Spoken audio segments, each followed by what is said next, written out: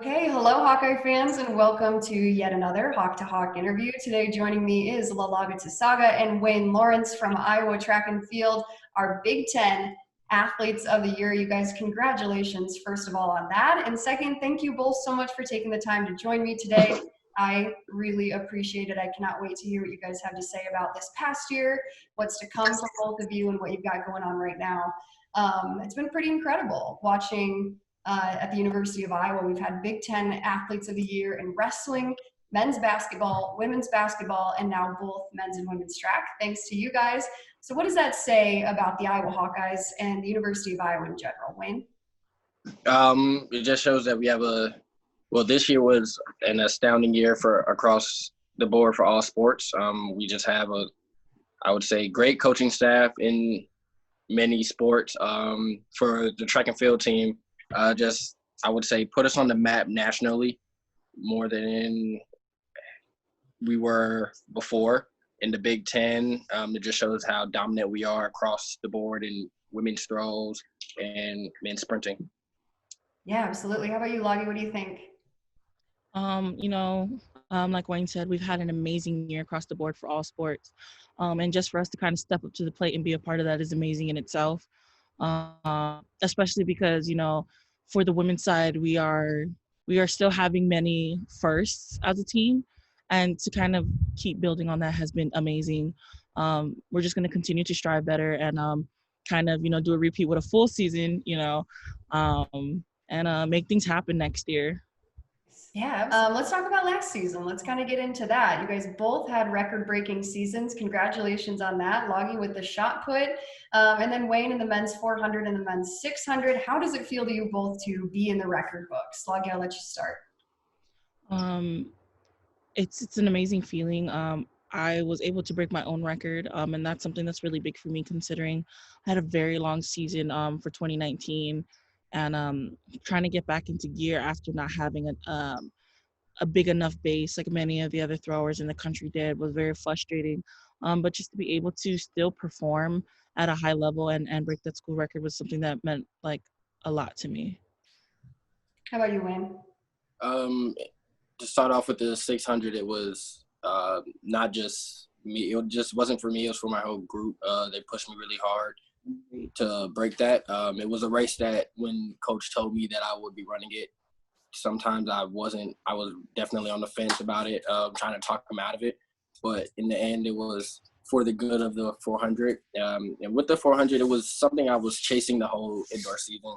Just to run 45 indoors would mean something great was coming outdoors, and I finally was able to do it at Spire, which was a great accomplishment because I broke Maurier's record, which I look up to. I look up to him as a runner, and it was at home in Ohio, and it was at conference. So helped put points on the board for my team.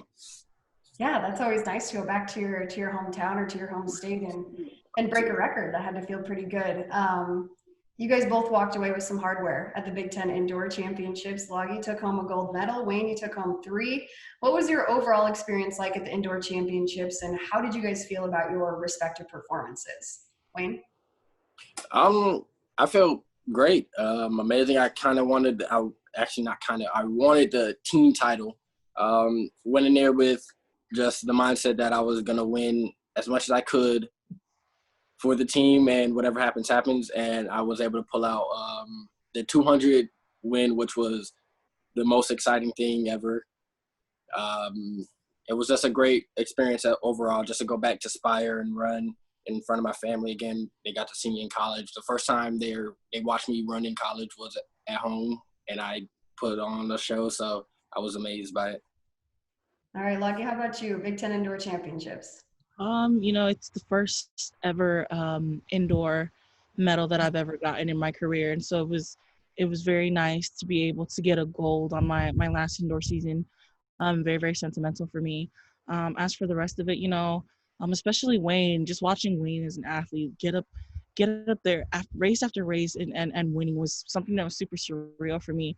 I think I was more excited about him getting up into that 4x4, knowing all the great things he did that weekend. I was just so excited to see that, we have someone like him who can really help elevate this program. No, I love that. Hawks supporting Hawks. That was so well said. Wayne, the men's team had the best indoor finish since 1963. That's pretty amazing. What was the difference about this men's team and what set you guys over the edge? It's just we knew that we could do it. Before, I think actually it started with winning Big Tens last year. It's just we're now in a championship mind that every time we go into a championship, we want to win it. We have the team that can do it. We have runners across the board that can do it.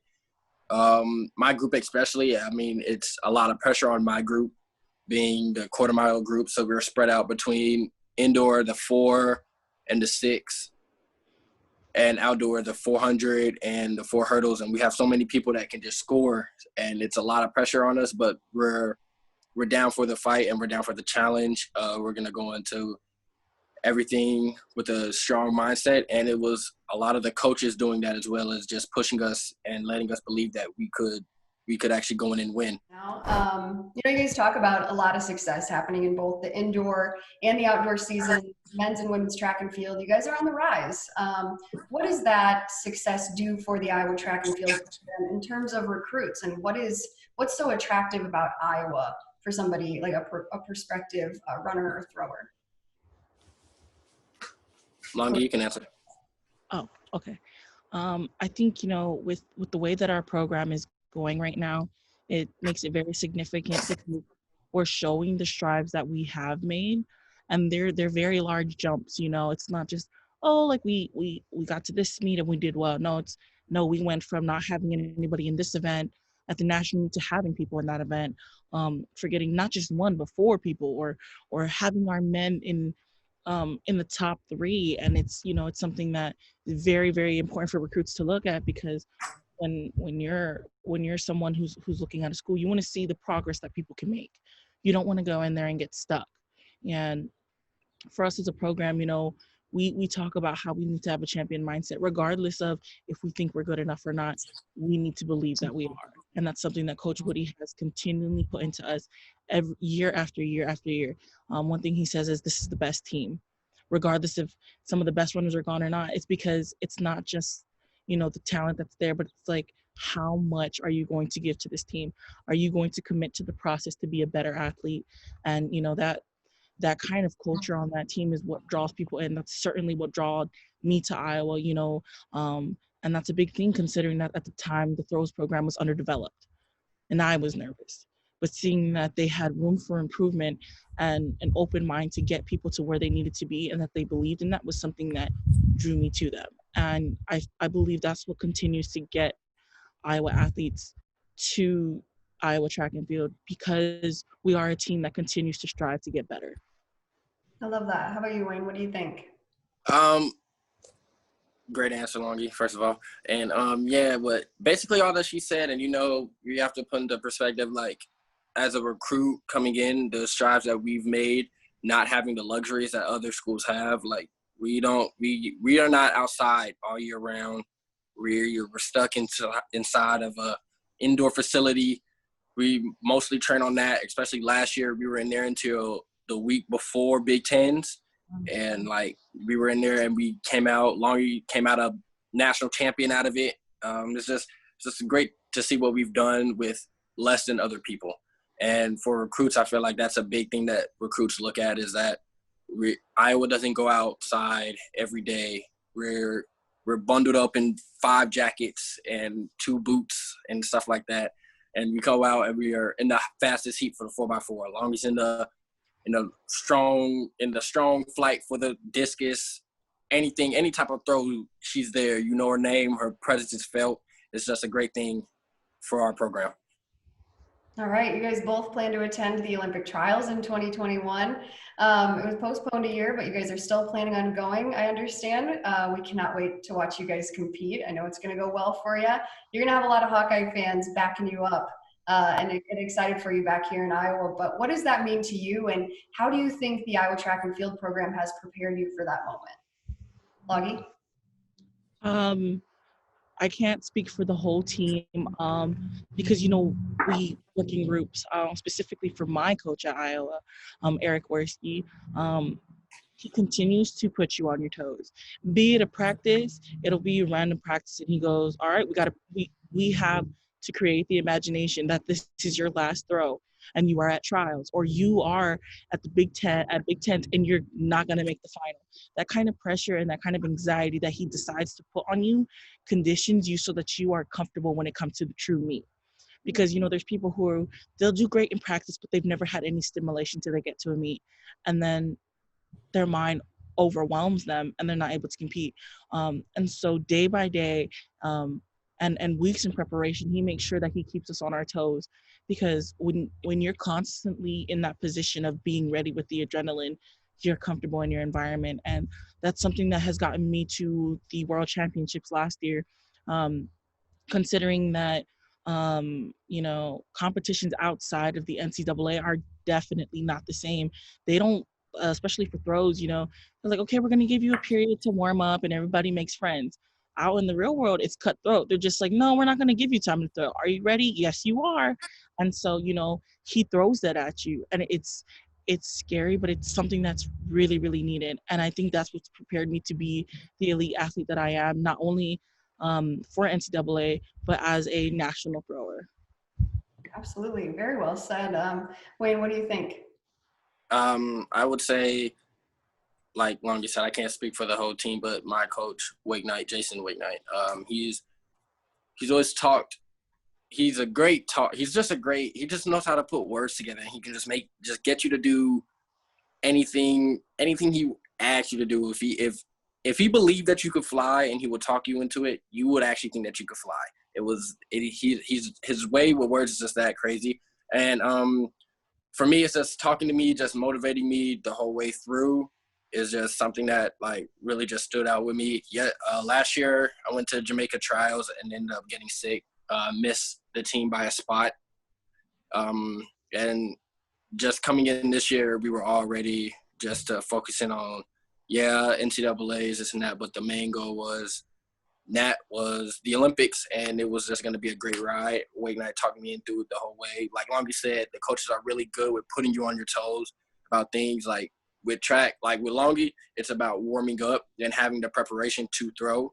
In track, it's about which lane you get. Everybody has a preferred lane and a preferred not lane, and Wake Night will sometimes have you practice out of lane one just so you can know, like, this could happen, this could possibly happen, that you're in this heat, in this lane, not your assigned lane, not the lane that you want. So just working around all of that, just being an all well-rounded quarter miler, Wake Night works on that with all of us, not just me. And yeah, I would say it's just a great feeling. Yeah, definitely. I know you guys talk about your specific coaches, but I want to talk about Coach Joey Woody. He's been very open about his support of all of the important conversations that are surrounding our Black student athletes at the University of Iowa. How much does that mean to you to have your head coach and the leader of your Hawkeye family supporting you guys and openly talking about these things that are going on in the United States and then also around the world? Loggy? It definitely creates a better hold on trust. As an athlete, you trust these coaches to develop your talent. But now you can look and you can, when coaches say like, yeah, like they're part of my family, and they don't treat you like family, then you know that it's been fake. But Coach Woody has specifically stood there and told us like we are family. And he continues to do that. And so it comes as no surprise that he decides to stick up for us in this moment, especially because we're very vulnerable. And for him to kind of step up and be like, we will not tolerate that. This is not a team built on that. We will continue to do what we need to do to make this team environment safe for everyone. And it makes it beautiful because you know that you don't have to walk on eggshells. I know a lot of student athletes around the country are like, I don't want to speak up. I don't want to do this because I don't know the repercussions. Coach Woody has basically said there doesn't need to be repercussions about you speaking up for something that is directly affecting you, and especially for his Black athletes. And that has given the door for us to kind of come through and tell our stories and actually be heard. And that's something that's very, very special. And I couldn't thank him enough for being the person to step up, especially as the head of our program, and to say that we do not condone, racism or anything on this team. And we're going to make sure that we get everyone in this team to feel on the same page. And once again, because we are family. Yeah. I think that that's very well said, and a really good point to where the leader, the guy at the top, it trickles down. It trickles down to all of you, that you feel like you can trust it and you feel like there truly is that family tie in there. Wayne, what do you think?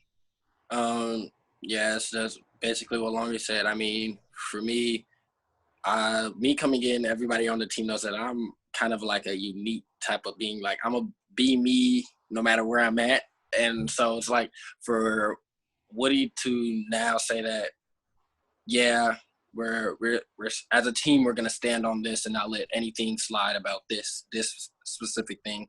Just makes me know that I can come out my shell more than I already have, more express myself more, and not even just me. Like, everybody can express their own type of cultural experiences. Nobody has to be worried about being talked about or this and that, or coaches talking about other coaches or stuff like that, or about student athletes. We're not that type of team.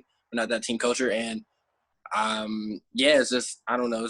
It hits home differently knowing that, especially as like, I'm not from here. Longy's not from here. That we have other African American kids that aren't from Iowa on the team, and just to know that you're somewhere and you're protected is just a different type of feeling, that my parents don't have to worry about me when I go on in the track facility about me getting this or that happen to me.